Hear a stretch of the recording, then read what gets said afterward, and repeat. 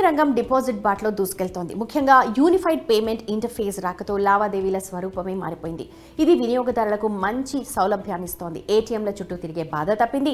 Phone నుండి దానిలో internet ఉంటే చాలా చక్కగా పని అయిపోతుంది. అయితే ఈ యూపీఐ డిజిటల్ పేమెంట్స్ వల్ల వినియోగదారులకు ఎంత సౌకర్యవంతంగా ఉందో అదే స్థాయిలో భద్రతా చర్యలు తీసుకోకపోతే నష్టపోయే ప్రమాదం కూడా ఉంది. ఎందుకంటే ఈ డిజిటల్ పేమెంట్ కోసం వినియోగిస్తున్న ఎలక్ట్రానిక్ పరికరాల కారణంగా ఆర్థిక నేరాలు పెరిగిపోతున్నాయి.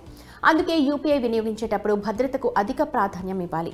యాప్లను అధికారిక ప్లే స్టోర్ నుంచే డౌన్లోడ్ చేసుకోవాలి. అలాగే పాస్వర్డ్స్, పిన్స్ ఎవరితో కూడా షేర్ చేసుకోకూడదు. ఫిషింగ్ మెసేజ్లు, లింక్లపై అసలు క్లిక్ చేయకూడదు. అలాగే లావాదేవీల పరిమితులు, అనుబంధ ఛార్జెస్ డీటెయిల్స్ తెలుసుకోవాలి.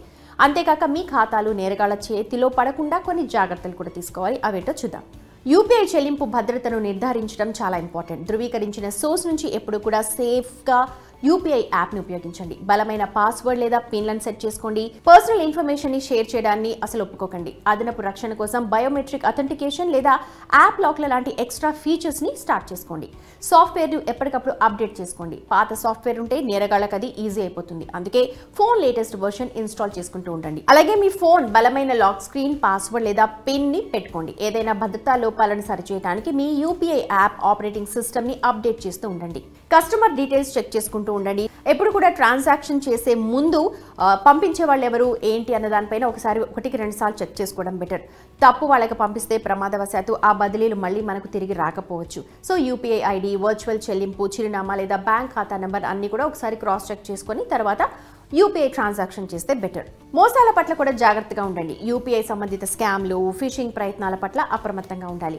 చెల్లింపుల కోసం అయాచిత అభ్యర్థనలు అంటే అనవసరమైన లింక్లపై, అలాగే మన పర్సనల్ ఇన్ఫర్మేషన్ కోసం ఎవరైనా అడిగితే కాల్స్ చేస్తే జాగ్రత్తగా ఉండాలి. ఏదైనా డౌట్ వస్తే వెంటనే ఆ ట్రాన్సాక్షన్స్ని ఆపేయడమే బెటర్. అలాగే ట్రాన్సాక్షన్ లిమిట్స్, ఛార్జెస్ గురించి కూడా తెలుసుకోవాలి. మీ బ్యాంక్ లేదా యూపీఐ సర్వీస్ ప్రొవైడర్ ద్వారా సెట్ చేసిన ట్రాన్సాక్షన్ పరిమితులను తెలుసుకోండి. కొన్ని ట్రాన్సాక్షన్స్ మొత్తాలు లేదా ఫ్రీక్వెన్సీపై పరిమితులు కలిగి ఉంటాయి. ఎక్స్ట్రాగా నిర్దిష్ట పరిమితులను మించిన ట్రాన్సాక్షన్స్ కోసం ఏవైనా ఛార్జెస్ లేదా ఫీజెస్ కూడా ఉండే అవకాశం ఉంటుంది. రికార్డులు, స్టేట్మెంట్స్ని క్రమం తప్పకుండా చెక్ చేసుకుంటూ ఉండండి.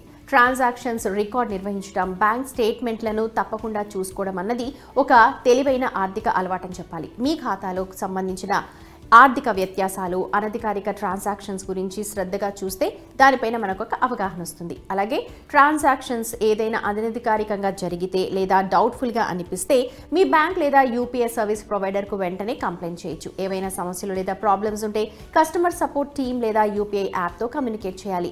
వీటిని అనుసరించి యూపీఐ సేఫ్గా వాడండి. నమ్మకంగా నావిగేట్ చేసుకోవచ్చు. ఏదైనా ప్రమాదాల నుంచి కూడా బయటపడచ్చు.